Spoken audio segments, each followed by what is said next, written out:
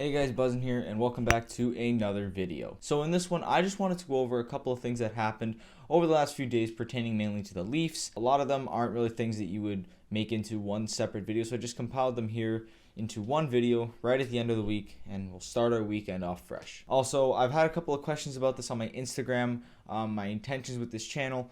Basically, I want to make news videos surrounding the Leafs, but if, let's say, a big trade happens between Carolina and Buffalo, where Jeff Skinner is traded back to the Carolina Hurricanes and it's a 50-cent retention from the Edmonton Oilers. Like, if big trades, big moves surrounding any other team in the NHL, I will definitely be covering it on this channel. So the first set of news I want to go over is Fraser Minten, who unfortunately his season is over. If you're not familiar with him, he was our second round pick from this year. Now, like I said, Fraser was having a really impressive camp and there was a lot of hype around him in Leafs Nation, so seeing him go down is obviously never a good thing. But then again, I don't think this would affect him too much. I don't think he was going to make the roster anyways, but you never like to see a player go down, especially a young player like him who was just drafted.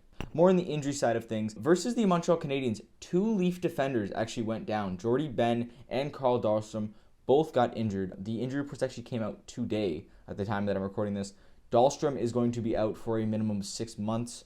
I don't remember exactly what it was, but yeah, Dahlstrom's out. He's done. And then Jordy Ben is a little less severe. He's going to be out for 3 weeks. But then again, both of these guys are going to be depth defenders for us. Dahlstrom, I think, would have had a better shot of playing more than Jordy Ben. But like I said, you never like to see guys get injured, and it's definitely not a positive. Big news coming out of this week for the Toronto Maple Leafs is that Rasmus Sandin has officially re-signed on a 2-year, $1.4 million deal. This is apparently the term and the value per season that the Leafs wanted, and they get what they want. They get back their young, budding defenseman who's going to be a key part of their team going forward, and they get him on a pretty good contract. If you compare it with Liljegren's, it's just about the same value, and I think that this is a great move going forward for the Toronto Maple Leafs. Like I said, they just lost 2 depth defensemen. This will put Sandin into a bigger role on the team almost immediately. Another thing revolving defense. This entire video seems to be revolving around defense because I do have another thing coming about a certain Arizona Coyotes defender. I think you know who I'm talking about. But before I get to that, Mitch Marner was seen playing reps on defense during Leafs practice, I believe, yesterday. Now, I've seen a lot of people going like, why is Marner playing defense? Why is he on the defense? Why is DJ... No. From the way I see it, it's the Leafs need a goal with X amount of time left on the clock. What you could do is take out TJ Brodie, Jake Muzzin, whoever is playing with Morgan Rielly, and you substitute Mitch Marner in so that you have an extra forward on. Now, is there a situation that would present itself mid-game for this? Probably not. But at the end of a game, when you're down a goal, I say try it. I'm an offensive guy when it comes to hockey, and I think that whatever can put you in a better position to score a goal, I think that is always the best way to play the game. So if this ends up working out, it might be nothing, it might be something. This is something that makes me very excited for the Leafs offensively going forward. But then again, this could just be nothing, and just, hey, if we're down 3 defensemen in a game, we need somebody to step in. Marner, you're the one that can do it. The main thing I wanted to touch upon in this video that I put in the thumbnail of it because I think it's so interesting. Jakob Chychrun trade talks have intensified over the last 2 days or so. This is coming from Darren Dreger. And among the teams he said that were interested, the Toronto Maple Leafs are one of them. Now, would bringing in Jakob Chychrun make the Leafs a better team? 150% he would. Jakob Chychrun is an absolutely fantastic defender who is being wasted by the Arizona Coyotes, who are not a good team. But here's the thing.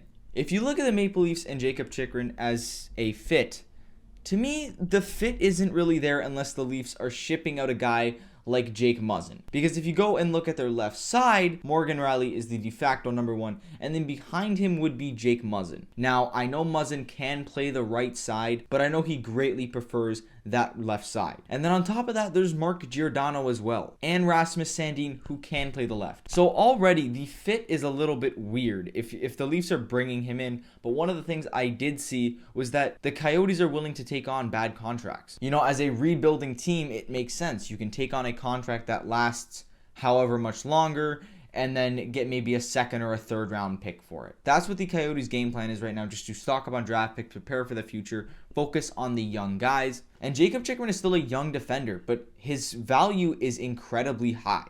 And I know that the Coyotes have lowered their asking price for him, but it is still incredibly high, the amount that they're going to get back for him. Or I should say the amount that they could get back for him. So just off the top of my head, if the Leafs were to try and acquire Chychrun, you would have to move out somebody like Jake Muzzin.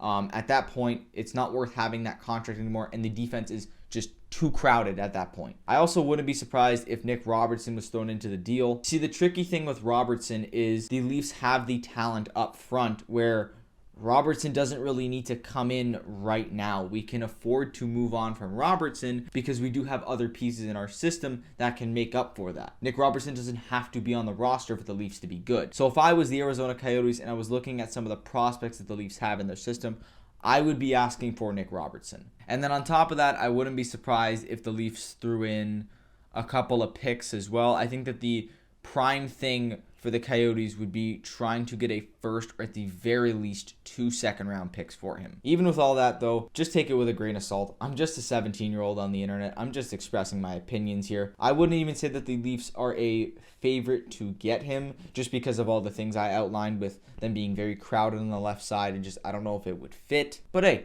crazier things have happened. And with that, that concludes this video, this roundup of information, this roundup of news over the last few days. If you like this style of video where I just wait a couple days and then come out with some news, please let me know because once again, I'm still trying to figure out this whole YouTube thing and how to do this. So if you like something, let me know and I'll keep doing it. Once again, if you're new to the channel, please subscribe. Also follow my Instagram. I post on there almost every day. It's Buzzin' for Muzzin'. Y'all already know what it is. But yeah, that'll do it for this one. My name is Buzzin' and I'll see y'all in the next one.